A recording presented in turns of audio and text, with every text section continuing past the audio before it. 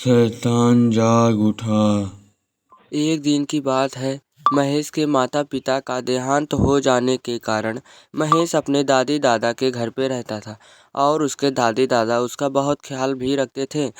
एक दिन सुबह महेश अपने दादी दादा से बातें कर रहा था, तभी वहाँ पर सेठ आ जाता है और महेश के दादाजी कहते हैं कि आइए आइए सेठ जी, आपका यहाँ कैसे आना हुआ?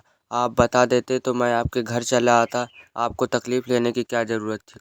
महेश तू भूल रहा है, तूने अपने खेत गिरवी रखा था और उस खेत के लिए तुमने 2 महीने की समय भी मांगी थी, लेकिन मैंने समय दे दिया था। लेकिन अब वो समय पूरा हो गया। अब तुझे ये घर खाली करके जाना ही होगा, वरना बहुत ज़्यादा बुरा हो जाएगा तेरे साथ। तू मुझे 2 महीने से अपने घर का किराया भी नहीं दिया है। अब तुझे ये घर मेरे हवाले करना होगा। नहीं नहीं सेठ जी, ऐसा मत कीजिए। हम लोग बेघर हो जाएंगे। हमारे पास तो दूसरा घर भी नहीं है और खाने के लिए खाना भी नहीं है सेठ जी। हमें मत घर से निकालिए, हम आपके पैसे जल्दी ही लौटा देंगे। ये बच्चा है छोटा सा, ये कहाँ पर जाएगा अब सेठ जी? हाँ हाँ सेठ जी, हम आपके पैसे जल्दी ही लौटा देंगे। मुझे 2 दिन को और टाइम दीजिए सेठ जी, मैं आपका पैसा 2 दिनों में ज़रूर से लौटा दूंगा। आज तो हमारे पास एक भी पैसा नहीं है, नहीं तो मैं आपका पैसा दे देता। सेठ जी हमें माफ़ कीजिए, हमने आपको तकलीफ़ दिया, लेकिन 2 दिन में मैं आपका पैसा दे दूंगा। मैं कुछ नहीं सुनना चाहता।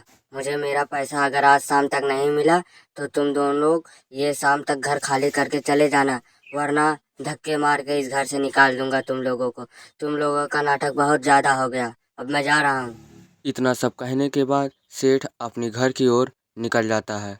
तभी ये लोग आपस में बातें करने लगते हैं और महेश कहता है कि दादाजी, क्या अब हमें रोड पर रहना होगा? हमारे पास तो खाने के लिए भी कुछ नहीं है। आज सुबह से हम लोग कुछ खाए भी नहीं हैं। अब हम लोग ये घर खाली कर देंगे दादाजी, अब हम लोग कहाँ रहेंगे? नहीं नहीं बेटा, तुम चिंता मत करो, मैं कोई तो उपाय करता हूँ। अब क्या करें? अब तुम्हें लोगों को मुझे लेकर कहीं पर जाना ही होगा। रोड पे तो मैं तुम लोगों को लेकर जा नहीं सकता बेटा।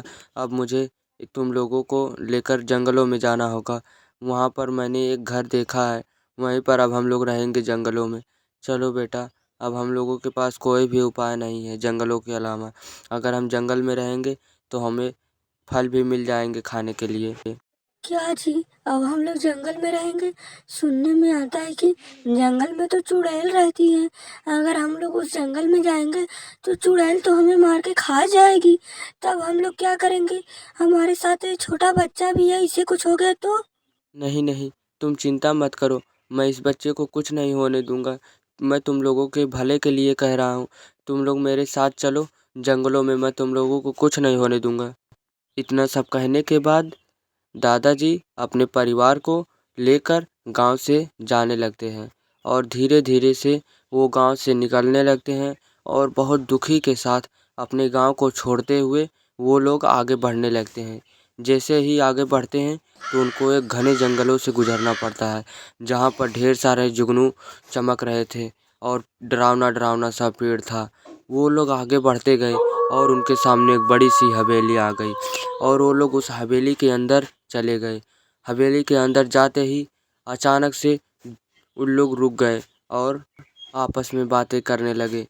दादी जी कहती हैं कि ये हवेली तो बहुत ही डरावना है।